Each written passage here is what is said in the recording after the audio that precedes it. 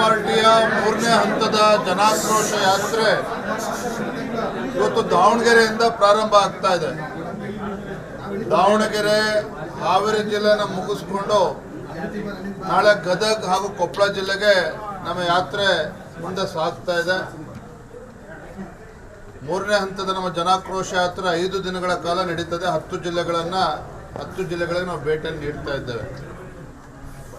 ಪ್ರತಿ ಜಿಲ್ಲೆಯಲ್ಲೂ ಕೂಡ ಉತ್ಸಾಹ ದಿನೇ ದಿನೇ ಹೆಚ್ಚುತ್ತಾ ಇದೆ. ರಾಜ್ಯ ಸರ್ಕಾರದ ವಿರುದ್ಧ ಆಕ್ರೋಶವೂ ಕೂಡ ಹೆಚ್ಚಾಗ್ತಾ ಇದೆ. ಹಾಗಾಗಿ ಮುಖ್ಯಮಂತ್ರಿಗಳು ಗೊಂದಲದಲ್ಲಿದ್ದಾರೆ. ಗ್ಯಾರಂಟಿಗಳ ಯಾವುದೋ ಭ್ರಮೆನಲ್ಲಿದ್ದಂಥ ಮುಖ್ಯಮಂತ್ರಿಗಳು ವಾಸ್ತವಿಕ ಸತ್ಯ ಈಗಲಾದ್ರೂ ಕೂಡ ಅರ್ಥ ಮಾಡ್ಕೋಬೇಕು ಅನ್ನುವ ಆಗ್ರಹವನ್ನು ಈ ಸಂದರ್ಭ ನಾನು ಮಾಡ್ತಾ ಇದ್ದೇನೆ. ನಾನು ಮೊದಲ ಹಂತದ ಜನಾಕ್ರೋಶ ಯಾತ್ರೆ ಸಂದರ್ಭದಲ್ಲಿ ನಾನು ಹೇಳಿದ್ದೆ, ಮುಖ್ಯಮಂತ್ರಿಗಳು ಕೇವಲ ಬೆಂಗಳೂರಿಗೆ ಸೀಮಿತ ಆಗಿದ್ದಾರೆ. ಮುಖ್ಯಮಂತ್ರಿಗಳ ಆದಿಯಾಗಿ ಸಚಿವರು ಸಹ ಜಿಲ್ಲೆಗಳಿಗೆ ಭೇಟಿಯನ್ನು ನೀಡ್ತಾ ಇಲ್ಲ. ಈ ವಿಚಾರವನ್ನು ಹೇಳಿದ ನಂತರದಲ್ಲಿ ಎಲ್ಲೋ ಒಂದು ಕಡೆ ಮುಖ್ಯಮಂತ್ರಿಗಳು ಎಚ್ಚೆತ್ತುಕೊಂಡಿದ್ದಾರೆ ಅನ್ನೋದು ನನ್ನ ಭಾವನೆ. ಯಾಕೆಂತೇಳಿದ್ರೆ ಅದಾದ್ಮೇಲೆ ಈಗ ಬೆಳಗಾವಿ ಪ್ರವಾಸ ಮಾಡ್ತಾ ಇದ್ದಾರೆ, ಬೇರೆ ಬೇರೆ ಜಿಲ್ಲೆಗೂ ಹೋಗ್ತಾ ಇದ್ದಾರೆ ಅಂತ ಹೇಳಿದ್ರೆ ಎಲ್ಲೋ ಒಂದು ಕಡೆ ನಮ್ಮ ಈ ಜನಾಕ್ರೋಶದ ಬಿಸಿ ರಾಜ್ಯ ಸರ್ಕಾರಕ್ಕೆ ತಟ್ಟಿದೆ ಅನ್ನೋದು ಸ್ಪಷ್ಟ. ಹೇಳೋಣ ಬೇರೆ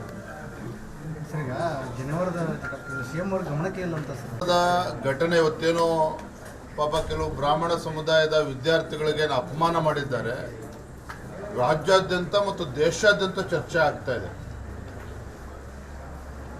ದೇಶದಲ್ಲೂ ಕೂಡ ಈ ವಿಚಾರ ಬಹಳ ಗಂಭೀರವಾಗಿ ಚರ್ಚೆ ನಡೀತಾ ಇದೆ. ಈ ವಿಚಾರವನ್ನು ರಾಜ್ಯದ ಮುಖ್ಯಮಂತ್ರಿಗಳು ಹುಡುಗಾಟಿಕೆ ಮಾಡಿದ್ರೆ ಬಹಳ ಗಂಭೀರವಾಗಿ ತೆಗೆದುಕೊಳ್ಬೇಕಾಗ್ತದೆ.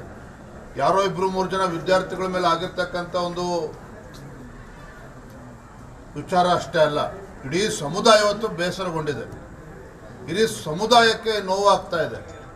ಹಾಗಾಗಿ ಮುಖ್ಯಮಂತ್ರಿಗಳು ಹಗುರವಾಗಿ ತೆಗೆದುಕೊಳ್ಳದೇನೆ, ನಿನ್ನೆನೂ ಕೂಡ ಇದು ಪುನರಾವರ್ತನೆ ಆಗಿರೋದ್ರಿಂದ ಈ ವಿಚಾರವನ್ನು ಬಹಳ ಗಂಭೀರವಾಗಿ ತೆಗೆದುಕೊಂಡು ರಾಜ್ಯ ಸರ್ಕಾರ ಸೂಕ್ತ ನಿರ್ದೇಶನವನ್ನು ನೀಡಬೇಕಾಗ್ತದೆ. ಇವತ್ತು ಜನಿವಾರ ಅಂತ ಹೇಳಿದ್ರೆ ಕೇವಲ ಬ್ರಾಹ್ಮಣ ಸಮುದಾಯ ಅಷ್ಟೇ ಅಲ್ಲ, ಬೇರೆ ಬೇರೆ ಸಮುದಾಯಗಳು ಕೂಡ ಅದನ್ನು ಪವಿತ್ರ ದಾರವನ್ನು ಹಾಕ್ಕೊಳ್ತಾರೆ. ಹಾಗಾಗಿ ಆ ಸಮುದಾಯಗಳಿಗೆ ಧಕ್ಕೆ ಆಗದ ರೀತಿಯಲ್ಲಿ ಆ ಸಮುದಾಯಗಳ ಬ್ರಾಹ್ಮಣ ಸಮುದಾಯ ಆದಿಯಾಗಿ ಯಾವುದೇ ಸಮುದಾಯಕ್ಕೆ ಅವರ ಭಾವನೆಗಳಿಗೆ ಧಕ್ಕೆ ಆಗಬಾರ್ದು.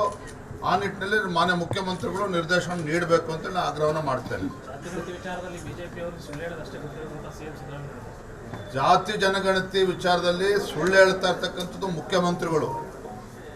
ಸನ್ಮಾನ್ಯ ಸಿದ್ದರಾಮಯ್ಯನವರು ಮುಖ್ಯಮಂತ್ರಿಗಳಿಗೆ ಜಾತಿ ಗಣತಿ ವಿಚಾರದಲ್ಲಿ ಪ್ರಾಮಾಣಿಕತೆ ಇಲ್ಲ, ಹುಡುಗಾಟಿಕೆ ಮಾಡ್ತಾ ಇದ್ದಾರೆ ಅಂತೇಳಿ ಭಾರತೀಯ ಜನತಾ ಪಾರ್ಟಿ ಹಲವಾರು ಸಂದರ್ಭದಲ್ಲಿ ನಾವು ಹೇಳಿದ್ದೇವೆ. ಭಾರತೀಯ ಜನತಾ ಪಾರ್ಟಿ ನಮ್ಮ ನಿಲುವು ಸ್ಪಷ್ಟ ಇದೆ. ಈ ರಾಜ್ಯದಲ್ಲಿ ಹಿಂದುಳಿದ ಸಮುದಾಯಗಳಿಗೆ, ಶೋಷಿತ ಪೀಡಿತ ಸಮುದಾಯಗಳಿಗೆ ನ್ಯಾಯ ಸಿಗಬೇಕು, ಎಲ್ಲ ಸಮುದಾಯಗಳಿಗೂ ಕೂಡ ನ್ಯಾಯ ಸಿಗಬೇಕು ಅನ್ನುವ ನಿಲುವು ನಮ್ಮದು ಸ್ಪಷ್ಟವಾಗಿದೆ. ಆದರೆ ಮುಖ್ಯಮಂತ್ರಿಗಳು ತಮ್ಮ ಕುರ್ಚ ಯಾವಾಗ ಅಭದ್ರತೆ ಕಾಡ್ತದೆ ಆಗ ಈ ಜಾತಿ ಜನಗಣತಿ ವಿಚಾರವನ್ನು ಕೈಗೆತ್ತಿಕೊಳ್ತಾರೆ. 2 ಕ್ಯಾಬಿನೆಟ್ ಮೀಟಿಂಗ್ ಮಾಡಿದ್ರು ಈ ವಿಚಾರದಲ್ಲಿ. ಮೊನ್ನೆ ದಿನ ಸತೀಶ್ ಜಾರಕಿಹೊಳಿ ಅವರು ಹೇಳ್ತಾ ಇದ್ದಾರೆ ಇನ್ನೂ 1 ವರ್ಷ ಬೇಕು ಅಂತ ಹೇಳ್ತಾ ಇದ್ದಾರೆ. ಹಾಗಾಗಿ ನಮ್ಮ ನಿರ್ಧಾರ ಏನಿದೆ ಅಥವಾ ನಮ್ಮ ನಿಲುವೇನಿದೆ ಇದರಲ್ಲಿ ಸ್ಪಷ್ಟತೆ ಇದೆ. ಆದರೆ ಜಾತಿ ಜನಗಣತಿ ವಿಚಾರ ಹಿಡ್ಕೊಂಡು ಜಾತಿಗಳ ಮಧ್ಯೆ ವಿಷಬೀಜವನ್ನು ಬಿತ್ತಕ್ಕೆ ಹೊರಟಿರ್ತಕ್ಕಂಥವ್ರು ನಾಡಿನ ಮುಖ್ಯಮಂತ್ರಿಗಳು ಸಿದ್ದರಾಮಯ್ಯನವರು ಅವರು ಒಂದು ಸ್ಪಷ್ಟ ನಿಲುವನ್ನು ತೆಗೆದುಕೊಳ್ಬೇಕು. ಇಲ್ಲಿ ಇವೆಲ್ಲವೂ ಕೂಡ ಚರ್ಚೆ ಆಗಿದೆ.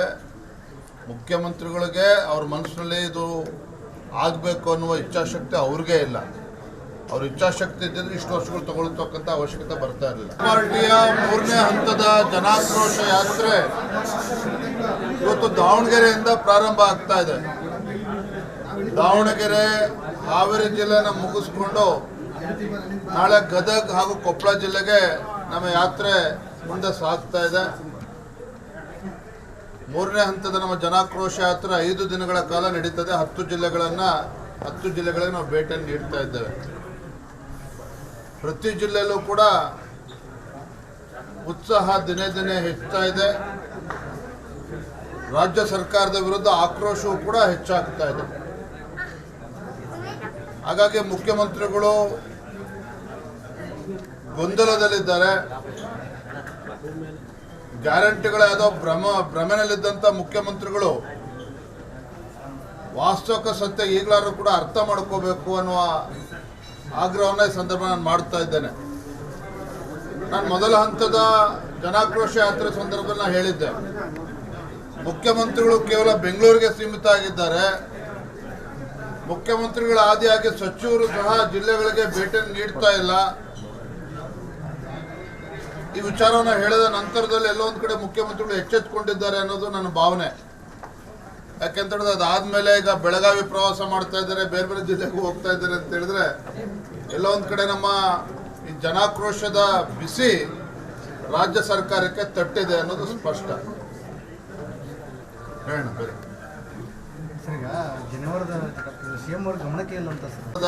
ಘಟನೆ ಇವತ್ತೇನೋ ಪಾಪ ಕೆಲವು ಬ್ರಾಹ್ಮಣ ಸಮುದಾಯದ ವಿದ್ಯಾರ್ಥಿಗಳಿಗೆ ಅಪಮಾನ ಮಾಡಿದ್ದಾರೆ.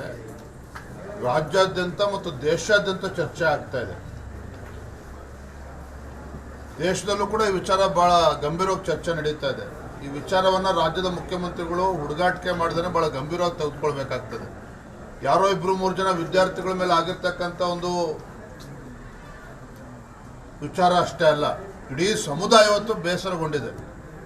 ಇಡೀ ಸಮುದಾಯಕ್ಕೆ ನೋವಾಗ್ತಾ ಇದೆ.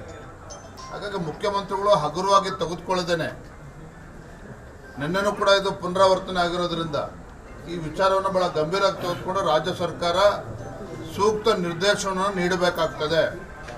ಇವತ್ತು ಜನಿವಾರ ಅಂತ ಹೇಳಿದ್ರೆ ಕೇವಲ ಬ್ರಾಹ್ಮಣ ಸಮುದಾಯ ಅಷ್ಟೇ ಅಲ್ಲ, ಬೇರೆ ಬೇರೆ ಸಮುದಾಯಗಳು ಕೂಡ ಅದನ್ನು ಪವಿತ್ರ ದಾರವನ್ನು ಹಾಕ್ಕೊಳ್ತಾರೆ. ಹಾಗಾಗಿ ಆ ಸಮುದಾಯಗಳಿಗೆ ಧಕ್ಕೆ ಆಗದ ರೀತಿಯಲ್ಲಿ ಆ ಸಮುದಾಯಗಳ ಬ್ರಾಹ್ಮಣ ಸಮುದಾಯ ಆದಿಯಾಗಿ ಯಾವುದೇ ಸಮುದಾಯಕ್ಕೆ ಅವರ ಭಾವನೆಗಳಿಗೆ ಧಕ್ಕೆ ಆಗಬಾರ್ದು.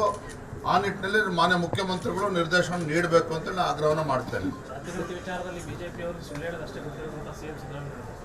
ಜಾತಿ ಜನಗಣತಿ ವಿಚಾರದಲ್ಲಿ ಸುಳ್ಳು ಹೇಳ್ತಾ ಇರ್ತಕ್ಕಂಥದ್ದು ಮುಖ್ಯಮಂತ್ರಿಗಳು.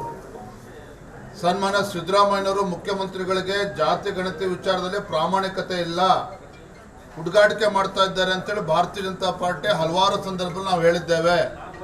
ಭಾರತೀಯ ಜನತಾ ಪಾರ್ಟಿ ನಮ್ಮ ನಿಲುವು ಸ್ಪಷ್ಟ ಇದೆ. ಈ ರಾಜ್ಯದಲ್ಲಿ ಹಿಂದುಳಿದ ಸಮುದಾಯಗಳಿಗೆ, ಶೋಷಿತ ಪೀಡಿತ ಸಮುದಾಯಗಳಿಗೆ ನ್ಯಾಯ ಸಿಗಬೇಕು, ಎಲ್ಲ ಸಮುದಾಯಗಳಿಗೂ ಕೂಡ ನ್ಯಾಯ ಸಿಗಬೇಕು ಅನ್ನುವ ನಿಲುವು ನಮ್ಮದು ಸ್ಪಷ್ಟವಾಗಿದೆ.